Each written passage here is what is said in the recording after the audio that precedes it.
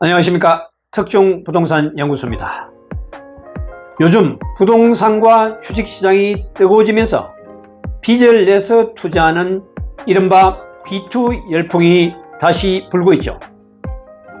시중 5대 은행 가계대출이 하루 평균 무려 2,100억 원씩 폭발적으로 증가하고 있다고 합니다. 심지어는 노후 자금의 마지막 보루인 퇴직금까지 중간정산에 집을 산다고 하는데 정말 걱정스럽습니다. 지금 안 사면 더 오를까봐 퇴직금까지 건드리는 40대 이상 직장인들이 적지 않다고 합니다. 퇴직금 중간정산에 대출까지 받아서 집을 사는 거죠. 7월 대출 규제가 강화되기 전인 지금이 마지막 기회라는 심리가 작용한 것으로 추정됩니다.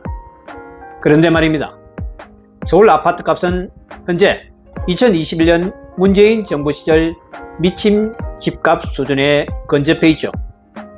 6월 셋째 주 서울 아파트 값은 둘째 주보다 0.36% 올라 상승폭이 6년 9개월 만에 최대를 기록했습니다.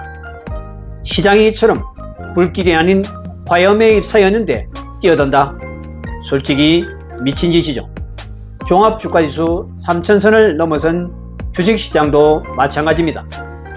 귀신도 모른다는 집값이나 주가의 향방을 어떻게 확신하고 뛰어든단 말인가요?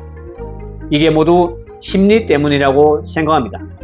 특히 집값은 우상향할 것이라는 기대 심리가 B2를 부추기고 있는 겁니다.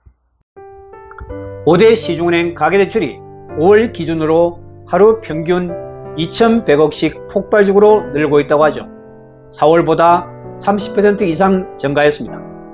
작년 8월 B2 정점 수준 당시 하루 평균 3,105억 대출에 근접했다고 합니다.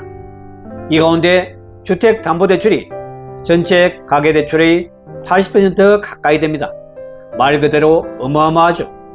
6월에만 무려 3조 원 정도가 늘었습니다. 이러다 은행에서 빌린 돈이 모두 부동산, 특히 서울 아파트 시장에 몰리는 건 아닐지 모르겠습니다. 이러자 은행들이 다시 대출을 조이기 시작했고 금융당국은 은행에 대출 총량 관리를 지시했습니다. 하지만 이미 늦어도 한창 늦었죠. 이게 바로 뒷북치기 아닌가 싶네요. 정부가 나서야 할 때인데 만지면 더 커질까봐 규제 카드를 꺼내들지 못하는 것 같습니다. 26번의 규제 정책으로 오히려 집값을 폭등시킨 문재인 시절 악몽이 재현될까 두려워 전전긍긍하고 있는 듯합니다. 현재 서울 아파트값 불장 원인은 5가지로 요약됩니다. 먼저 더 오르기 전에 사자는 실수요자들의 대출 규제 전 막차 심리, 공급 부족 우려와 전셋값 상승, 금리 인하 기조, 그리고 진보 정권이 들었으면 집값이 오른다는 기대 심리, 여기에 정부의 불확실한 부동산 정책도 한몫한 것으로 보입니다. 하지만 실수요자와 투자자 모두 B2는 신중해야 합니다. 먼저 기준금리는 당분간 동결될 가능성이 큽니다. 이창용 한국은행 총재는 실물 경기 부양보다 집값을 자극할 위험성이 있다며 금리 인하에 부정적임을 시사했죠. 가계부채가 눈덩이처럼 불어나고 부동산 시장이 과열되면 우리 경제의 펀더멘탈이 흔들릴 수가 있습니다. 정부의 시장 개입이 불가피해져 강력한 규제 대책이 나온다면 조정장세가 올 수도 있겠죠. 시중은행의 대출 만기 축소로 차주, 즉 돈 빌린 사람의 월 상환액 부담이 커집니다. 이렇게 되면 금융권 부실 위험으로 번질 수가 있죠. 따라서 실수요자와 투자자 모두 과도한 레버리지는 자제할 필요가 있습니다.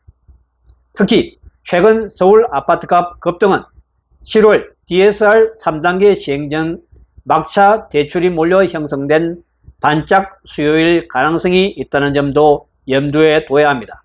대출 문턱이 높아지는 하반기에는 수요 둔화로 반전될 가능성이 있습니다.